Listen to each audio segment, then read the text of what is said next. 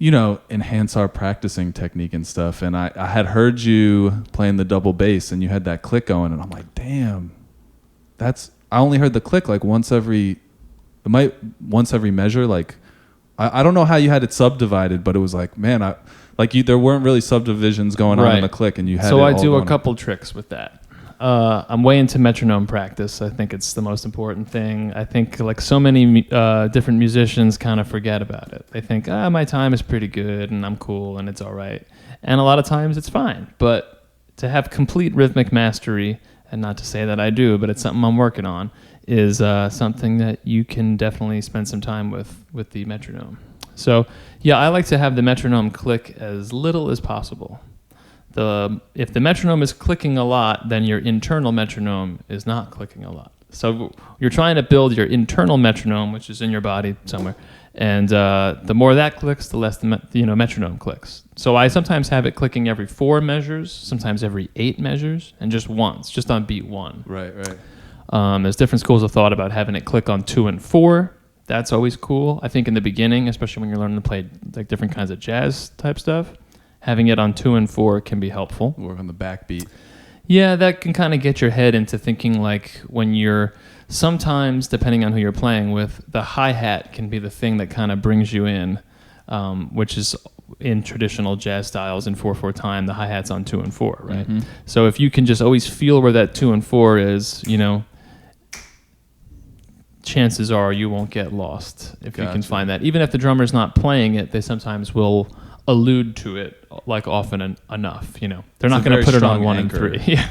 Right. Oh yeah, God forbid, right? Yeah. So I think when people first practice with the metronome, they put it on all 4 beats, which is totally cool. And then at some point you need to forget that and try it just on 2 and 4. Then maybe try it just on 4 or just on 2. I did this for a while too, but I don't know if it really helps. But some people put it on the last triplet of beats 2 and 4, which can take a minute to get into that, to figure out where that is. So for instance, if this is the quarter note, right, it'd be like 1, 2, 3, 1, 2, 3, 1, 2, 3, 1, 2, 3, 1, 2, 3, 1, 2, 3, 1, 2. And the only advantage to that is that if you fall off even like this much, it's off. There's like you have to like really got to be subdividing. You got to be like super solid, but that gets you into a triplety kind of mindset when you're playing like swing type eighth notes, which are based on triplets, right? It can kind of get you into that dupa-da, dupa-da, dupa-da, dupa-da kind of feeling, and sometimes people don't automatically have that feeling, so that can be a way to get into it too. But lately, I've been practicing just with it on beat 1, and then leaving several measures blank for me to fill in my own internal metronome, and then a lot of times I'll come in a little bit ahead because my tendency is to rush all the time. So like what's the beats per minute number that we're looking at? Yeah, so I have my metronome. I have like 5 metronomes in this phone. The one I'm using today is called Tempo. So what's the advantage of having 5 different metronomes? They each do a different thing. Interesting. I have that one that like you wear as like a watch and it vibrates, the Soundbrenner Pulse. Right. I use that sometimes. What's that one called? I think it's Soundbrenner Pulse. I think. And that's you wear it like a watch and it like vibrates. Yeah, I actually wear it on my leg, on my ankle, because it's weird on my hand while I'm playing the bass. But this one is really simple. I like how it's laid out. That's why I use this one a lot. Let's see. So I have it now on 26 beats per minute, okay? But I have it set to click 16th notes, which I'm actually going to pretend are quarter notes. So sometimes you need to like do a little bit of math, and like chop your tempos in half or do them twice, so that you kind of have to get the metronome to work for you. Right. You got to figure out what type of tempo you're playing at, so you can figure out where to chop it. So what's 26 times 4, Vinny? That would be 80 plus 24 is 104. Okay. So I'm thinking this is close enough.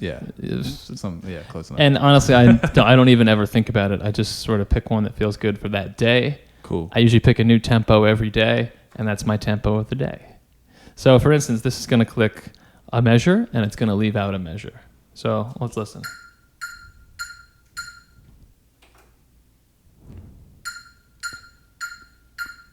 So I have it, Oh, actually it's wow. clicking 16th notes, but I have it only clicking on beats 1 and 3 at 26 beats per minute.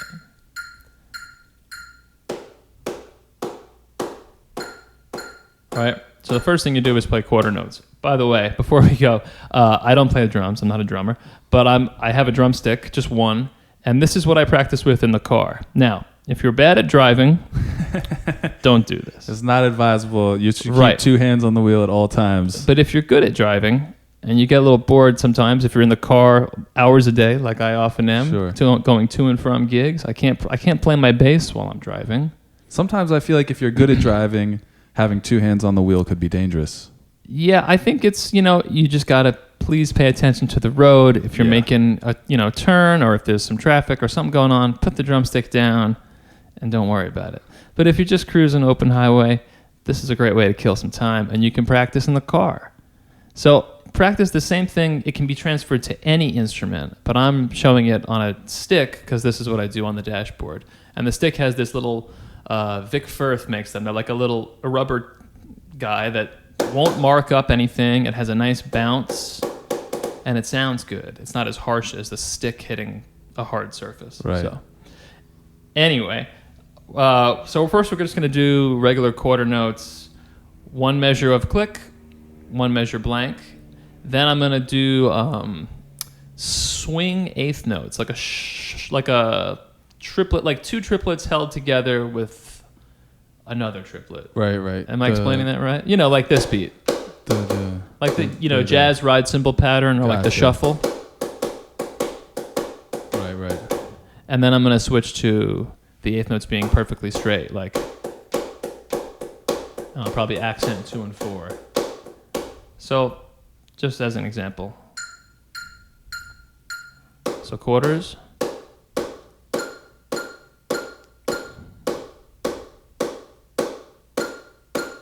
Swing 8ths.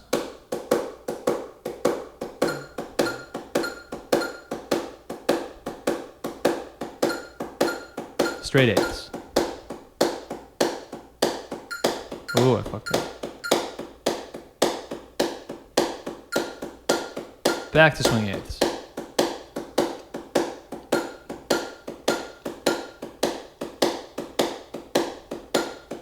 Straight 8ths. Gotta work on that, man. Going back and forth between swing and straight can be tricky. Then sometimes I'll go to quarter note triplets.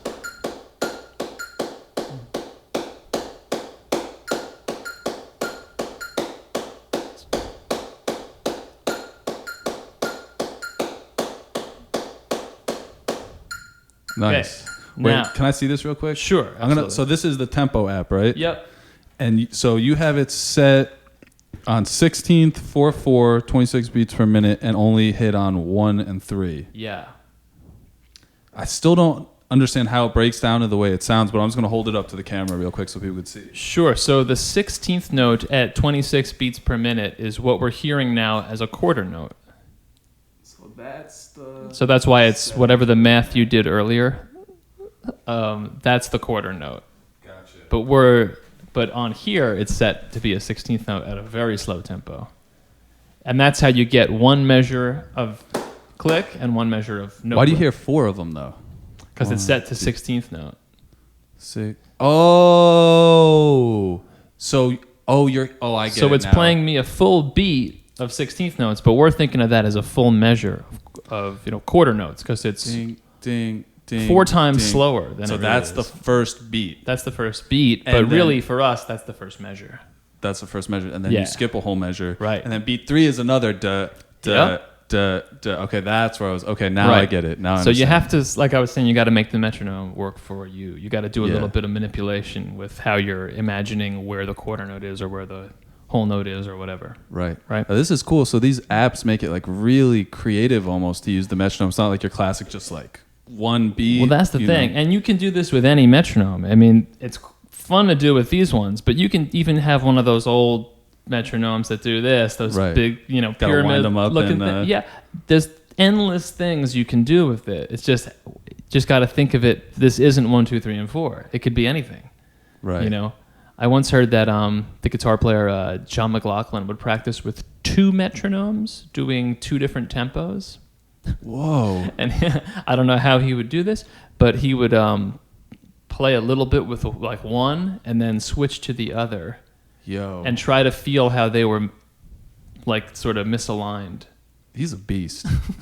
I've never done that, but I mean, it's, but the whole, point there is that anything is possible, and it's only as far as your imagination wants to take it. So let's go one step harder now with this, and that's getting rid of beat 3. So now it's going to give us 1 measure, and then we have 3 measures of we were hearing, click. so we should hear, but, oh no. Oh, so we'll hear, but, right.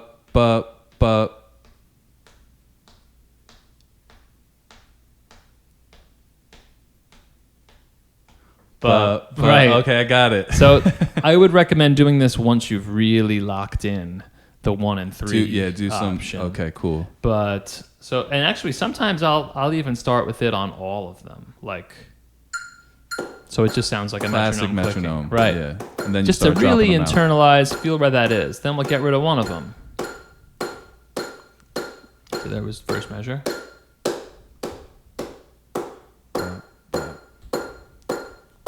And we'll get rid of 4. This is what we started with. Right. Now I'll get rid of that 3.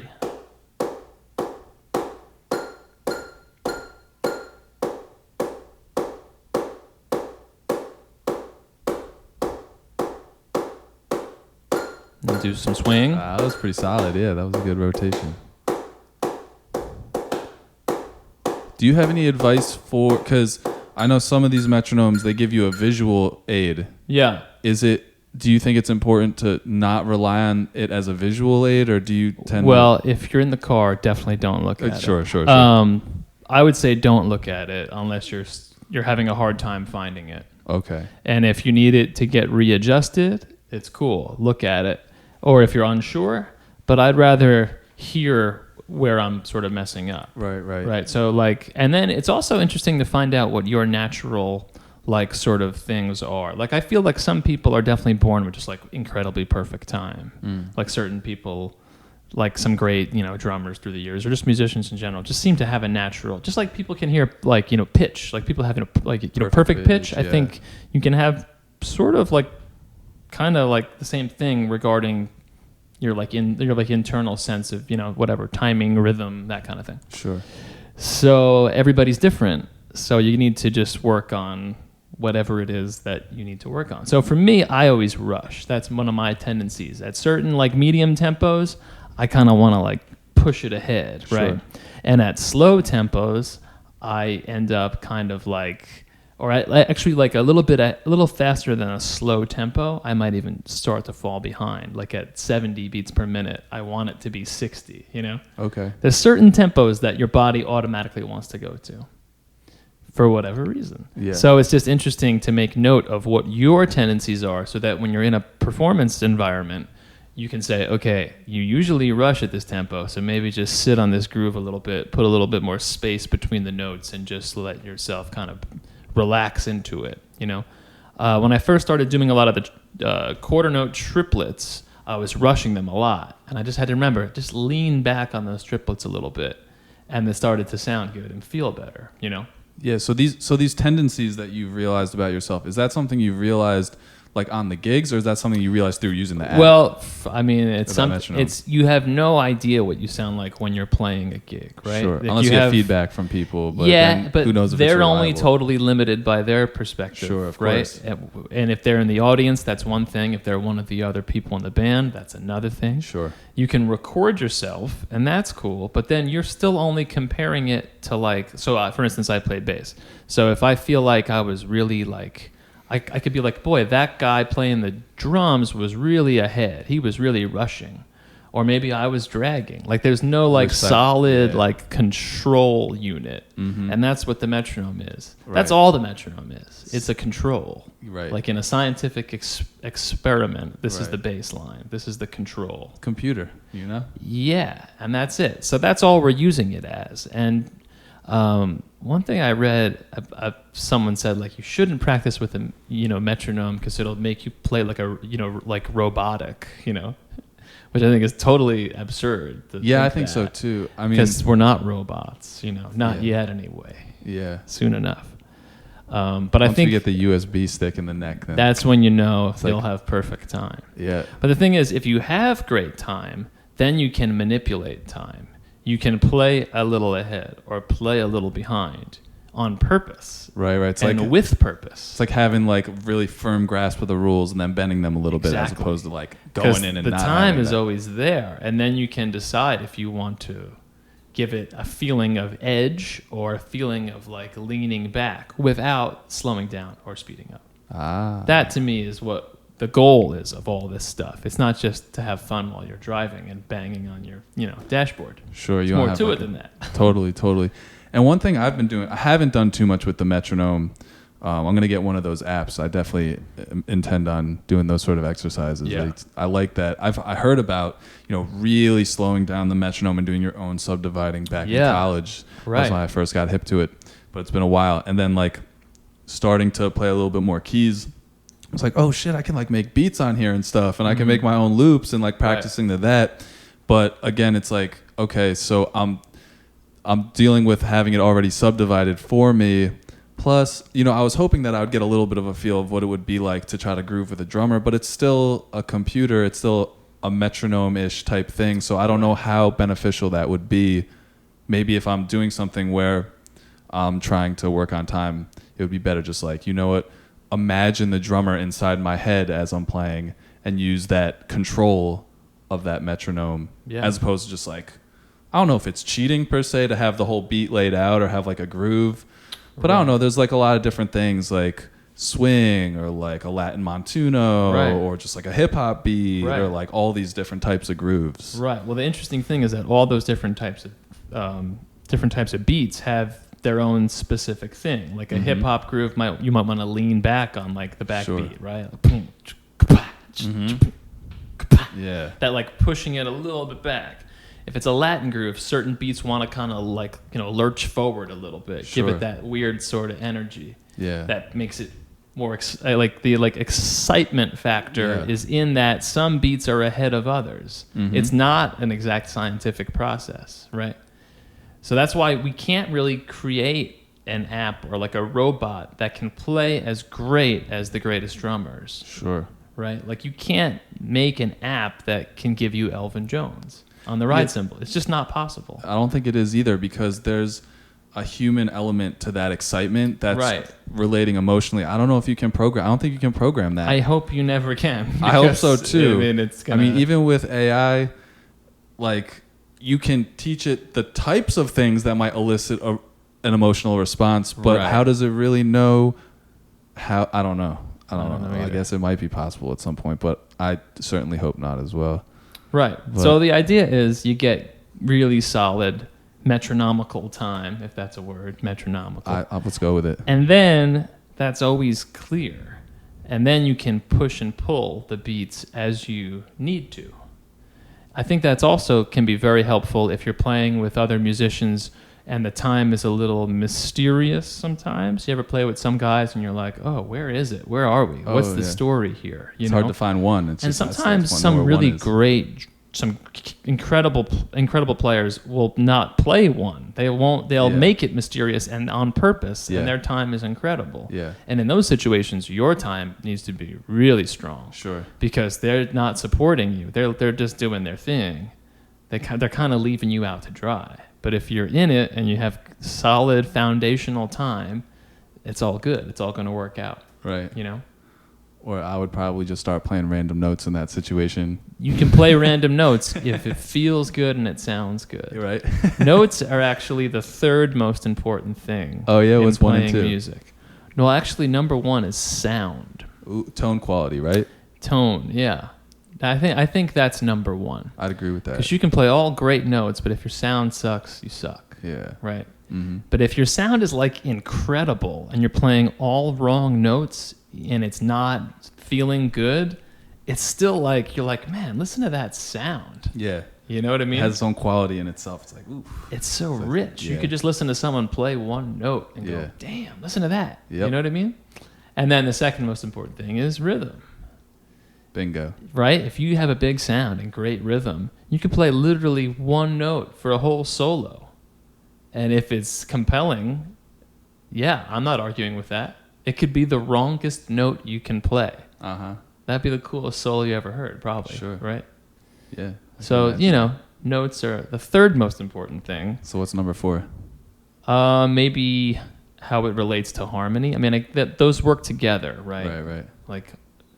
Like harmony and melody. You kind of can't have one without the other. But like harmonic, like knowledge, I guess. Sure. But that's the same as melody. Yeah, I guess those aren't really the same thing. I was just seeing if there was a 4. I don't know. Yeah, I hadn't thought about it beyond 1, 2, and 3. Yeah. But yeah, and I think people work on their sound sort of by accident. If you're practicing in a practice room, you're working on a sound. If you're playing a gig, you're working on your sound. You're just trying to make the sound that you want to create. Yeah, that's real. But you can practice sound too, of course. Like I know sax players and horn players do a lot of long tones. So do bass players. Totally. So like long tones are huge, Yeah. Getting your breathing right, all those things. And people work on notes. I mean, that's the thing you hear people practice. But it's sort of rare that people spend significant amounts of time working on their rhythm. So that's the thing about having the stick with the little rubber tip. You go in the car, go for a drive, play some quarter notes, then All right, guys, you heard it. play some eighth notes. I don't know. Work on your tone, and don't forget about number 2, rhythm. Yeah, and really they could almost be tied for first place. Yep. Yeah, I think so. I do too. I gotta, admit, I spent way more time on tone than rhythm. Not even close. Right. Not even close. And most people don't even spend that much time on either. Right. They're working on their notes. They're doing all the arpeggios. And all that stuff is super important. Don't That's neglect number 3. that. You need to do all 3 to be a complete musician. Sure. Be well-rounded. Yeah. Right. Totally. Yeah. So, yeah. Okay. That was awesome. That was a lot of info. Are we good with this metronome business? I think we're good with this metronome business. Cool. Well, thanks for coming up. My pleasure, Vin. Yeah, man. That was a lot of fun. Did you have fun? I did. Nice. All right. See you later, Internet. Peace out, y'all. Cool. Damn, it got hot quick, yo. All right.